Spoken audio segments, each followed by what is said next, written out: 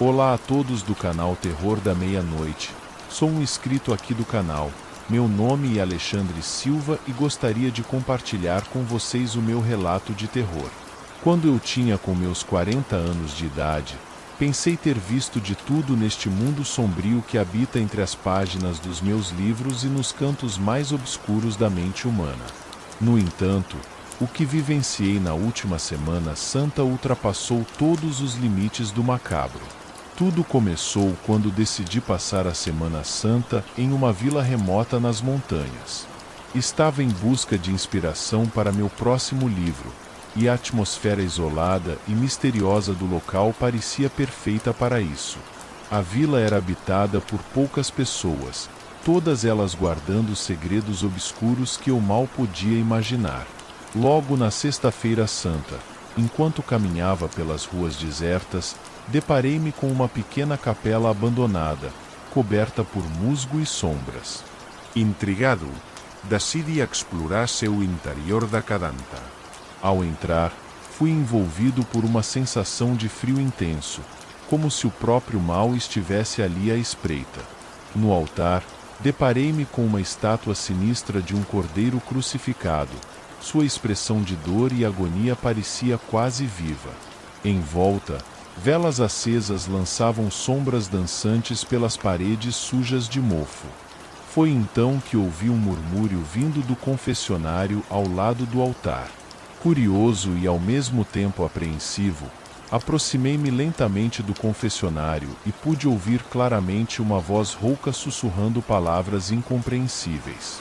O medo tomou conta de mim, mas a curiosidade venceu, e eu me aproximei ainda mais, tentando decifrar as palavras proferidas naquele lugar amaldiçoado. Ele está chegando, o Cordeiro Negro, ele virá para os pecadores. A voz ecoava dentro da minha mente, enchendo-me de uma sensação de pavor indescritível. Sem pensar duas vezes, corri para fora da capela, sentindo-me perseguido pelas sombras que pareciam se contorcer ao meu redor. Naquela noite, tentei esquecer o que havia presenciado, mas os pesadelos que me assombraram foram implacáveis. Sonhei com o Cordeiro Negro, uma criatura grotesca com olhos de fogo e chifres retorcidos, emergindo das trevas para levar consigo as almas dos pecadores. No dia seguinte, enquanto os moradores da vila celebravam a Páscoa com banquetes e festividades, eu me sentia como se estivesse preso em um pesadelo sem fim. Cada rosto que eu via parecia ocultar segredos sombrios, e o murmúrio daquela voz sinistra continuava a ecoar em minha mente perturbada. Decidi partir da vila o mais rápido possível, deixando para trás aquele lugar maldito e todas as suas horripilantes memórias. No entanto, mesmo agora, enquanto escrevo estas palavras, não consigo me livrar da sensação de que o Cordeiro Negro ainda está lá fora, esperando pacientemente por sua próxima vítima. Que esta história sirva como um aviso para todos aqueles que ousam desafiar as trevas que habitam nas sombras da noite. Pois, na Semana Santa, nem todas as criaturas que vagam pela terra são benignas, e nem todos os segredos são feitos para serem revelados.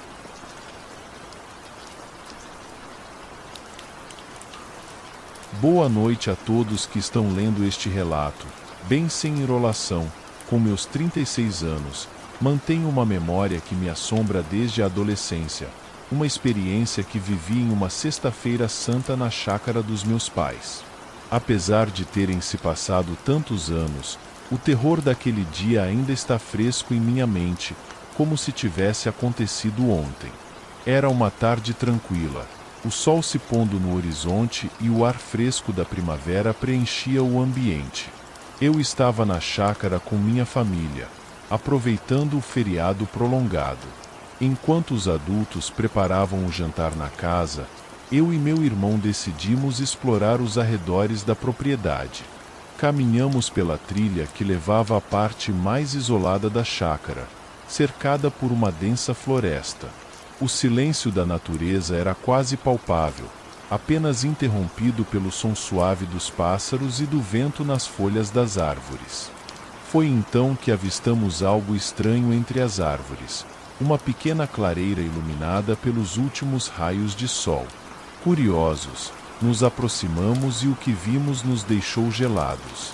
No centro da clareira, havia uma cruz de madeira antiga, com estranhos símbolos entalhados em sua superfície. Ao redor da cruz, velas negras queimavam lentamente, lançando sombras sinistras pelas árvores ao redor. Um arrepio percorreu minha espinha quando percebi que estávamos diante de algo muito além da nossa compreensão. Meu irmão, corajoso como sempre, decidiu investigar mais de perto, enquanto eu, tomada pelo medo, implorei para irmos embora dali. Foi então que ouvimos um ruído vindo da floresta, um som gutural e ameaçador que parecia ecoar de todas as direções ao mesmo tempo. Congelados pelo terror, mal tivemos tempo de reagir quando uma figura escura emergiu das sombras, avançando em nossa direção com uma velocidade sobrenatural. Era uma criatura monstruosa, com olhos brilhantes e presas afiadas, envolta em uma aura de puro mal. Gritamos de pavor e corremos pela trilha, com a criatura nos perseguindo implacavelmente. Parecia uma eternidade até que finalmente alcançamos a segurança da casa, onde encontramos nossos pais, horrorizados com nosso relato. Nunca conseguimos explicar o que vimos naquela Sexta-feira Santa. Meus pais atribuíram tudo à nossa imaginação fértil de adolescentes, mas eu sei a verdade. Aquela criatura era real, tão real quanto o medo que ainda sinto ao lembrar daquele dia fatídico. Desde então, evito voltar à chácara durante a Semana Santa, com medo de que a criatura esteja à espreita, esperando por sua próxima oportunidade de emergir das sombras. E mesmo agora, enquanto escrevo estas palavras, sinto o frio arrepio daquela tarde retornando, lembrando-me de que nem sempre as trevas descansam durante os feriados sagrados.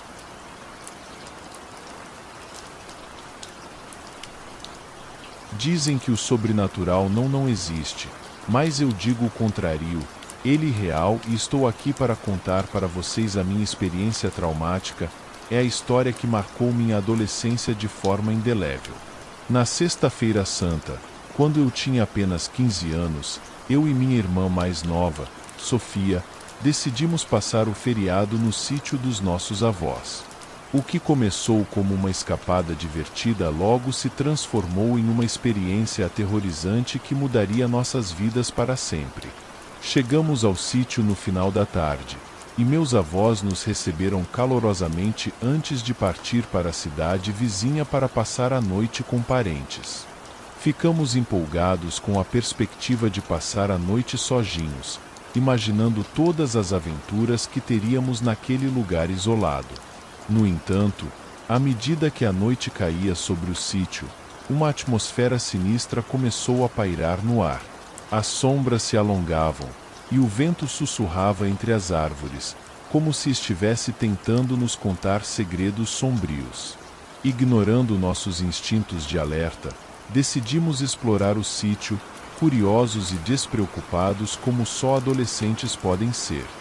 Foi quando encontramos a velha capela abandonada nos limites da propriedade que as coisas começaram a ficar estranhas. A capela estava envolta em uma aura de decadência e desolação. Suas paredes cobertas de era e suas janelas quebradas pareciam olhos vazios nos observando de forma silenciosa e ameaçadora. Apesar dos avisos silenciosos que pareciam ecoar em nossas mentes, entramos na capela, alimentados pela curiosidade juvenil e pela necessidade de desafiar o desconhecido. Foi quando ouvimos o som de passos arrastando-se pelo chão empoeirado, lentos e deliberados, como se algo estivesse se aproximando de nós das profundezas da escuridão. Sofia agarrou minha mão, seus olhos arregalados de terror, enquanto nos encolhíamos contra a parede mais próxima. Foi então que vimos uma figura sombria emergindo das sombras, seu corpo contorcido e seu rosto oculto pelas trevas. Era como se a própria escuridão tivesse ganhado forma, uma presença sobrenatural que não pertencia a este mundo. Corremos para fora da capela, o coração batendo descompassado em nossos peitos, mas a sensação de perseguição nos acompanhou pela noite. Podíamos ouvir os passos arrastados nos seguindo pela escuridão, como se a criatura estivesse determinada a nos alcançar e arrastar-nos para as profundezas do desconhecido. Finalmente, chegamos à segurança da casa dos nossos avós, onde nos trancamos e esperamos ansiosamente pelo amanhecer. Quando o sol nasceu, a sensação de terror diminuiu, mas as lembranças daquela noite permaneceram conosco, assombrando-nos como um fantasma do passado. Hoje, anos depois, ainda me pergunto o que encontramos naquela sexta-feira santa no sítio dos nossos avós. Foi apenas uma alucinação causada pela nossa imaginação juvenil, ou será que realmente testemunhamos algo sobrenatural naquela noite fatídica?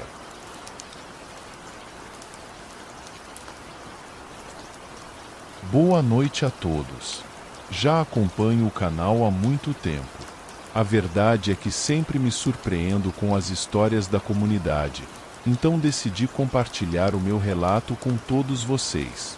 Em novembro de 2019, comecei a trabalhar em uma loja de autoatendimento em São Paulo. Meu turno era de 9 horas. Eu entrava às 11 da noite e saía às 8 da manhã do dia seguinte. Desde o meu primeiro dia, pude sentir uma vibração muito estranha na loja. Para ser sincero, tinha medo de passar a noite no armazém, apesar de não estar sozinho. No total, 6 pessoas trabalhavam no turno da noite. Aos poucos, fui conhecendo meus colegas e acabamos nos tornando bons amigos. Por volta de 1 ou 2 da manhã, tínhamos um intervalo para comer alguma coisa. Todos nos reuníamos na sala de jantar. Tínhamos o hábito de contar histórias de terror enquanto aquecíamos a comida. Geralmente, eram histórias de fantasmas. Meus colegas acreditavam muito no paranormal.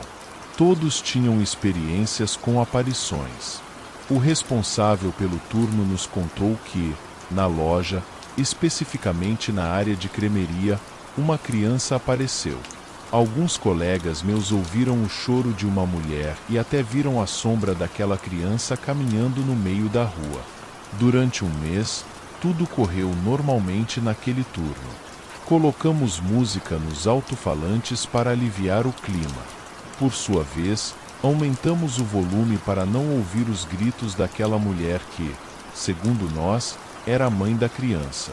Numa daquelas noites, enquanto arrumávamos as caixas, alguém começou a brincar com o volume da música e até mudaram várias vezes a música. Começamos a brincar que os espíritos não tinham gostado da nossa música, mas a partir daquele momento as coisas pioraram.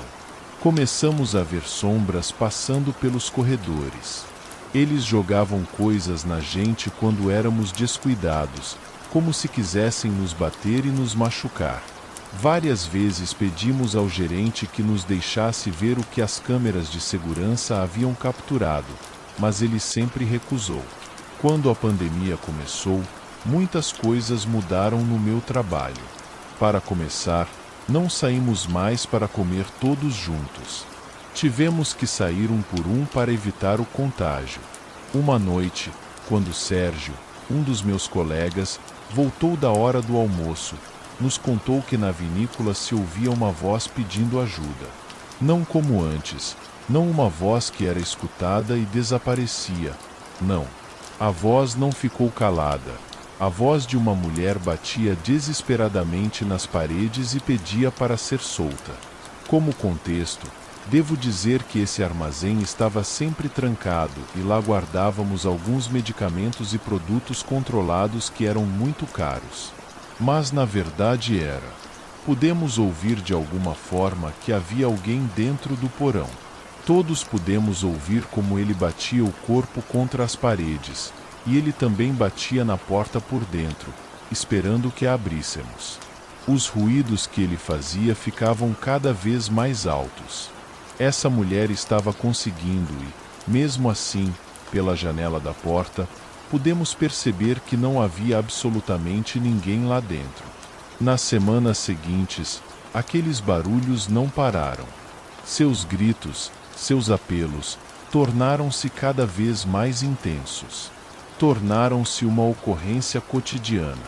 A única coisa que nos manteve calmos foi que não podíamos ver nada lá dentro e que a porta estava trancada, ou o que quer que estivesse no armazém não podia sair de lá. Uma noite, estávamos todos arrumando a mercadoria que David tinha acabado de chegar, e Pablo avançou com algumas caixas. Eles foram para o fundo do galpão, onde estava a área da vinícola. Não demorou muito para voltar. Eles pareciam muito pálidos e não paravam de tremer. Perguntamos o que tinha acontecido. Eles ficavam repetindo: nós vimos, nós vimos. Aparentemente, estavam conversando sobre o filho do famoso menino local.